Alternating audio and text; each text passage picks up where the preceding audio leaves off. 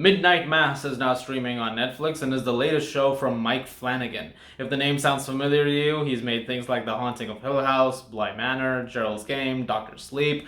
The man has become a modern master of horror, and obviously, once I heard the name was attached, I knew I had to see this thing the day it dropped. I'm actually not going to tell you the plot synopsis of this thing because something that I've done with a lot of Flanagan's projects is go into it as blind as possible because I've realized that's the best way to savor them, and I'm going to try and do the same for you guys. That is a testament in itself to the fact that he is so good at what he does, and he has been so good at what he's been doing over the last several years now, that every time he's making something, all you have to do is tell me he's making something and I'm gonna go see it. Off of the Netflix shows that he's made, the last two Haunting shows, I've been a big fan of both of them, even though I thought Bly Manor was not quite as perfect as Hill House. I think it was a damn good show in its own right, but Midnight Mass might be the best thing he's done, honestly, ever.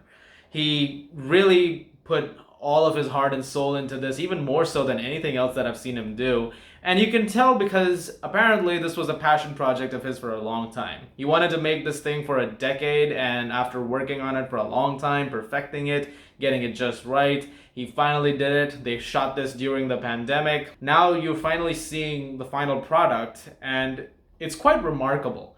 I think what makes it so remarkable, though, is once again Flanagan's understanding of where the horror really comes from.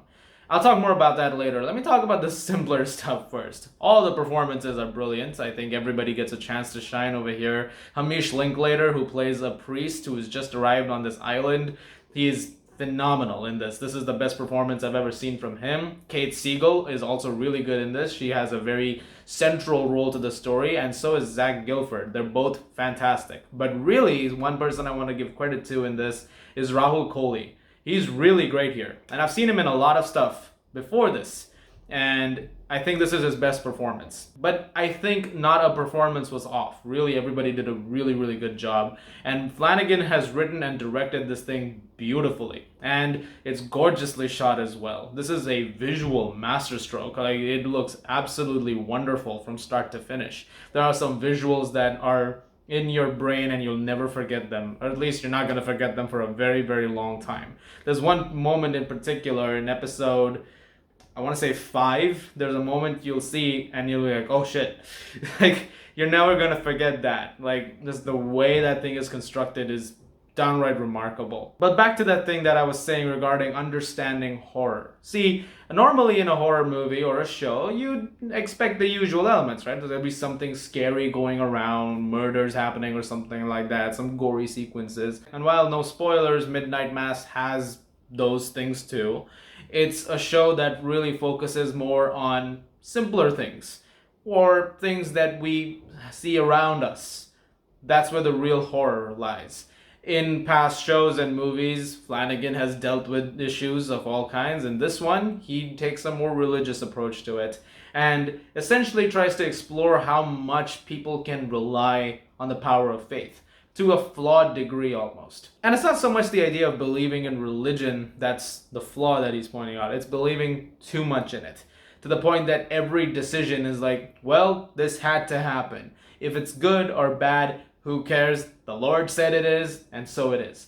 And the flaws in that essentially are what the show sort of looks into. So when things start to happen and there are incidents that are very maybe gruesome that are popping up all over the place, since the island is super religious as is, the insinuation is made that this is what the Lord intended and this is how this is supposed to happen, this is how that's supposed to happen, and the reason for all of this being is because this is what was written, how this is going to go down. And so the way Flanagan essentially exposes that side of it and how much that can affect other people in very negative ways, the idea of blind faith almost, that is what is the strongest aspect of this show. That is what the show is honing in on. And the effect that it has on families, friends, is really, that's the stirring element of it. In fact, by the end of the show, the horror element for me that was really scary was this.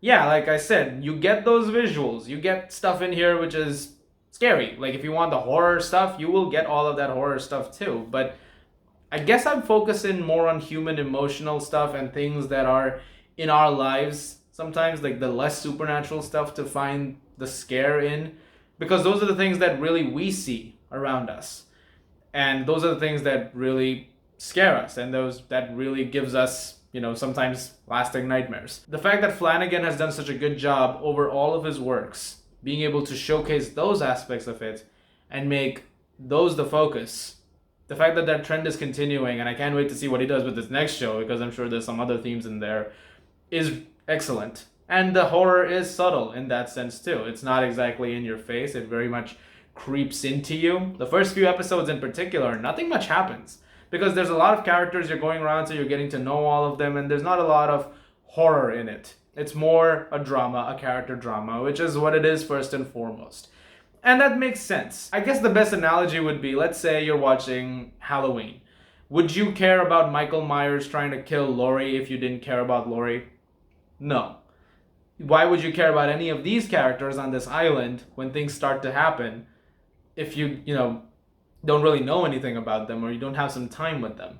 But when things eventually escalate, then you start to care about them. You want them to get out alive from that situation.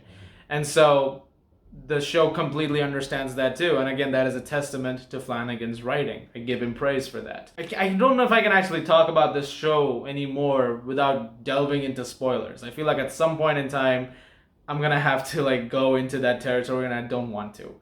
Because I'd rather you experience this for yourself without having any pre-existing knowledge of what this show is about. I also want to give a big shout out to the music. There's a really great score to this by the Newton brothers, who've been working with Flanagan for a very, very long time, and they did a really, really good job too. There's a few moments, especially in terms of choir singing, which I know probably has nothing specifically to do with the Newton brothers, but there's some stuff with in the church, a couple of moments that were genuinely haunting. But I can safely say that Midnight Mass is not just one of the best shows I've seen on here. In fact, it might be the best show. It is also one of the best pieces of media I've seen in 2021, period. It's an absolutely masterful achievement, and Flanagan, whatever you do next, man, I am there, first in line. I'm gonna give Midnight Mass an A+.